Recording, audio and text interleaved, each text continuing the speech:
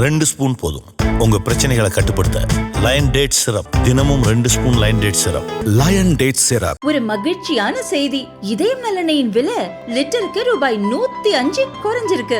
September 2023ல 1 litre இதயம் நலனையின் அதிகபட்ச விலை ரூபாய் 503. ஆனா இப்ப 1 லிட்டர் இதயம் நலனையின் விலை ரூபாய் 398 மட்டும்தான் தமிழ்நாட்டுல. அப்ப இனிமே எல்லாரும் இதயம் நலனை வாங்கலாம் இல்ல? ஈரான் அணு ஆயுதம் தயாரித்தால் அது அமெரிக்காவுக்கும் தங்களது நெருங்கிய கூட்டாளியான இஸ்ரேலுக்கும் ஆபத்து என்று அவர் கருதுகிறார். எதற்கெடுத்தாலும் ஈரானை மிரட்டி வந்த ட்ரம்ப் கடந்த வாரம் திடீரென பரபரப்பான ஒரு ஆஃபரை கொடுத்தார். ஈரான் எங்களுடன் ஒப்பந்தம் செய்ய வர வேண்டும், இல்லையென்றால் எங்களின் இராணுவத்தை எதிர்கொள்ள வேண்டும் என்று பகிரங்கமாக அறிவித்தார். ஆனால் ஈரான் கொஞ்சம் கூட அடிபணியவில்லை. உங்ககிட்ட பேச்சுவார்த்தைக்கெல்லாம் வர முடியாது, என்ன பண்ண முடியுமோ பண்ணிக்கோங்க என்று இப்போது அதிரடி காட்டியிருக்கிறது ஈரான். ட்ரம்பின் கோபம் உச்சிக்கு போய்விட்டது. அவருக்கு இப்போது இருக்கும் ஒரே ஆப்ஷன் போர்தான். சொன்னது போல் ஈரான் மீது போர் தொடுக்க போகிறாரா ட்ரம்ப்? ஈரான் அமெரிக்கா இப்படி பகிரங்கமாக மோதிக்கொள்ள என்ன காரணம்? ஈரான் அணு உற்பத்தி கூடத்தை தாக்க இஸ்ரேலும் தீவிர முயற்சி எடுப்பது ஏன்? அணு ஆயுதம் தயாரித்தே ஆவோம் என்று ஈரான் முரண்டு பிடிப்பதன் பின்னணி என்ன? உண்மையிலேயே அமெரிக்கா ஈரான் இடையே போர் வெடிக்கப் போகிறதா? போர் வந்தால் யார் பக்கம் வெற்றி என்பதை பார்க்கலாம். அரை நூற்றாண்டுக்கு முன்பு ஐநா கண்காணிப்பில் அணு ஆயுத பரவல் தடை சட்டம் கொண்டு வரப்பட்டது. அதில் கையெழுத்து போட்ட நாடுகளில் ஈரானும் ஒன்று. ஒப்பந்தத்தில் கையெழுத்து போட்ட நாடுகள் அணு ஆயுதம் தயாரிக்கவோ ஏற்கனவே இருக்கும் அணு ஆயுதங்களை நிலைநிறுத்தவோ இன்னொரு நாடுகளுக்கு கொடுக்கவோ அனுமதி கிடையாது. அமெரிக்கா, ரஷ்யா, பிரிட்டன், பிரான்ஸ், சீனா, இந்தியா, பாகிஸ்தான், வடகொரியா, இஸ்ரேல் உள்ளிட்ட நாடுகளிடம்தான் அணு ஆயுதங்கள் உள்ளன. ஈரானிடம் ஒரு அணு ஆயுதம் கூட கிடையாது. ஒப்பந்தப்படி மேற்கொண்டு ஆயுதம் தயாரிக்கவும் கூடாது. ஆனால் ஈரானுக்கு அமெரிக்கா உதவ முன் வந்தது. ஆயுதம் அல்லாமல் மின்சாரம் உள்ளிட்ட மற்ற தேவைகளுக்காக ஈரான் அணு உற்பத்தி செய்வதற்கான ஒப்பந்தங்களில் அமெரிக்கா, ஈரான் கையெழுத்திட்டன.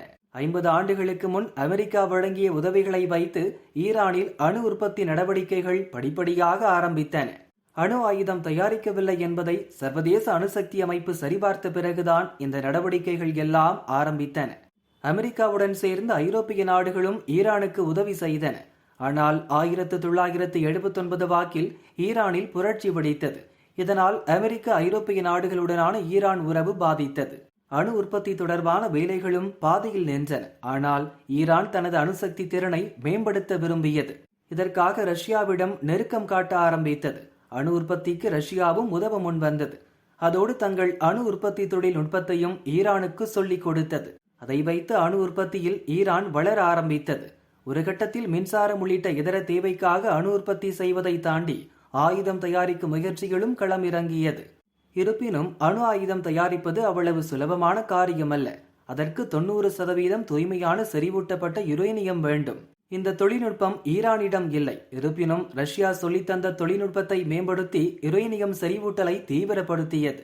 இதை அமெரிக்கா, இஸ்ரேல் மற்றும் ஐரோப்பிய நாடுகள் மோப்பம் பிடித்தன. ஐநாவின் அணு கண்காணிப்பு அமைப்பும் இதே கவலையை எழுப்பியது. ஈரான் விரைவில் அணு ஆயுதம் தயாரிப்பதற்கான திறனை அடைந்துவிடும் என்று 2006 எச்சரித்தது. ஆனால் ஈரான் திட்டவட்டமாக மறுத்தது. அணு ஆயுதம் தயாரிக்கும் எண்ணம் இல்லை என்று அடித்து சொன்னது. இதையடுத்து அமெரிக்கா, சீனா, ரஷ்யா, பிரிட்டன் உள்ளிட்ட நாடுகளுடன் ஈரான் ஒரு ஒப்பந்தம் போட்டது. அதன்படி அணு ஆயுதம் தயாரிக்க மாட்டோம் என்று ஈரான் உத்தரவாதம் அளித்தது. ஆனால் ட்ரம்ப் முதல் முறை அதிபரானதும் ஈரானுடன் மோதல் போக்கை கடைபிடித்தார். 2018 ஈரானுடன் போட்ட ஒப்பந்தத்தில் இருந்து அமெரிக்கா வெளியேறியது. இதனால் அணு ஆயுத நாடுகளுடன் ஈரான் போட்ட ஒப்பந்தம் பலவீனமடைய ஆரம்பித்தது.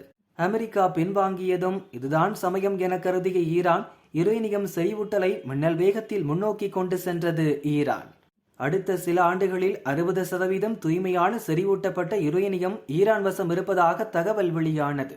சமீபத்தில் ஈரான் அணு உற்பத்தி மையங்களில் சர்வதேச அணுசக்தி அமைப்பு நடத்திய ஆய்வு அடுத்த குண்டை போட்டது.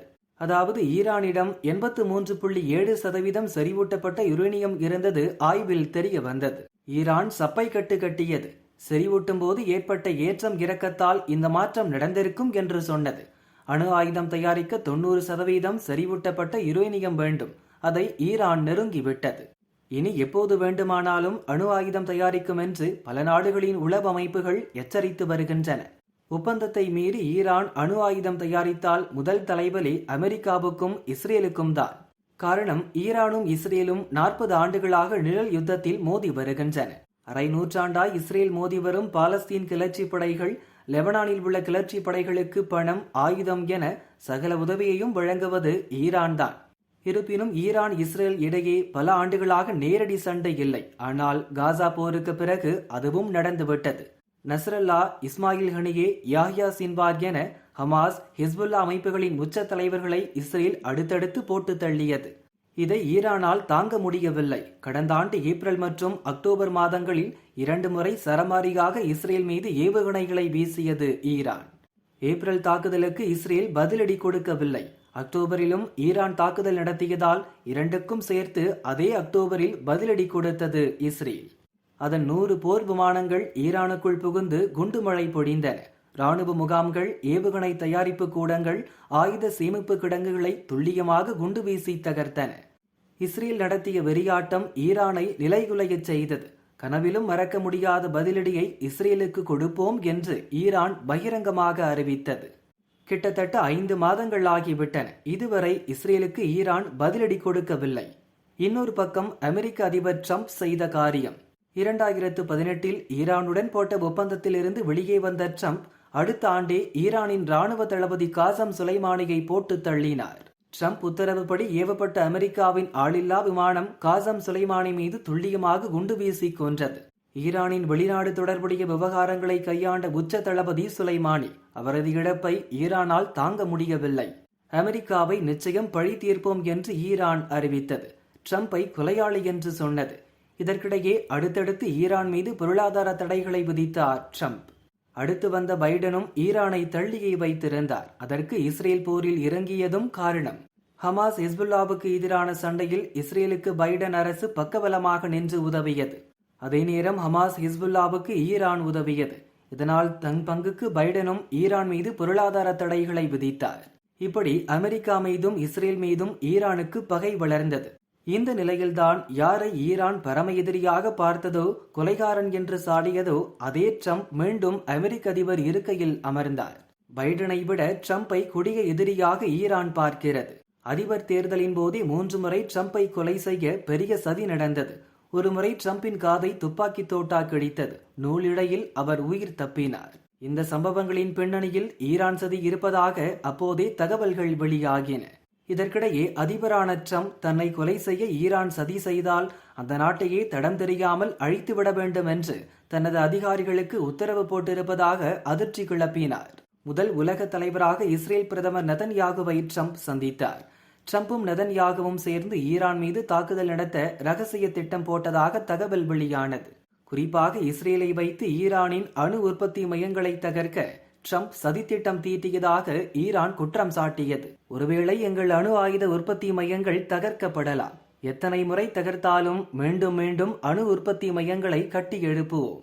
கட்டுமானங்களை அழிக்கலாம். எங்கள் திறனையும் கனவையும் யாராலும் அழிக்க முடியாது என்று ஈரான் சொன்னது.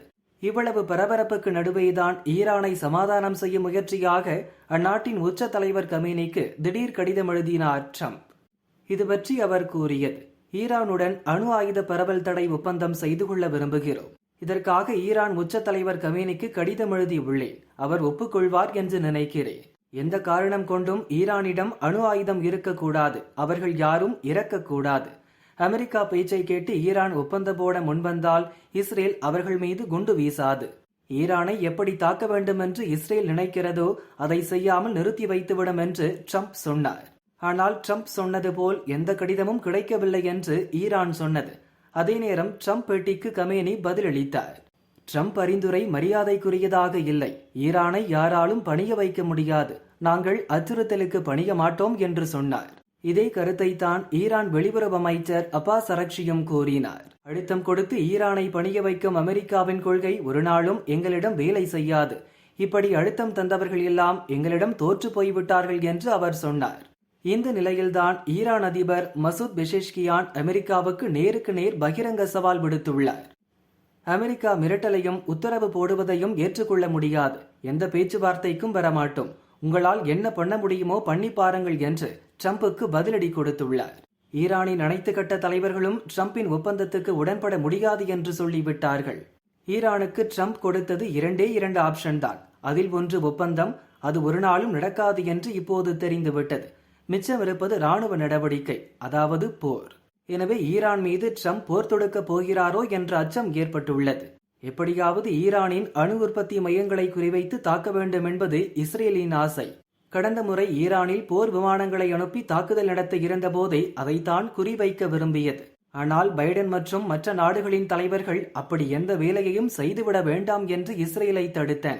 அதனால்தான் ராணுவ தளங்களை குறிவைத்து இஸ்ரேல் தாக்கியது. இப்போது ஈரான் நேரடியாக அமெரிக்காவுடனேயே மோதியிருப்பது இஸ்ரேலுக்கு கொண்டாட்டத்தை ஏற்படுத்தியுள்ளது. இதன் மூலம் அமெரிக்காவுடன் சேர்ந்து ஈரானின் அணு உற்பத்தி மையங்களை எப்படியாவது தகர்த்து விடலாம் என்று இஸ்ரேல் கணக்கு போட்டு வருகிறது. அதே நேரம் இஸ்ரேலுக்கும் அமெரிக்காவுக்கு ஈரான் கொடுக்க வேண்டிய கடன் பாக்கி இருக்கிறது. இதற்காக மின்னல் வேகத்தில் தங்களது ஆயுத உற்பத்தியை பெருக்கி வந்தது ஈரான். மொத்தத்தில் இஸ்ரேல், அமெரிக்கா, ஈரான் ஆகிய 3 நாடுகளுக்கும் ஒரு கணக்கு இருக்கிறது.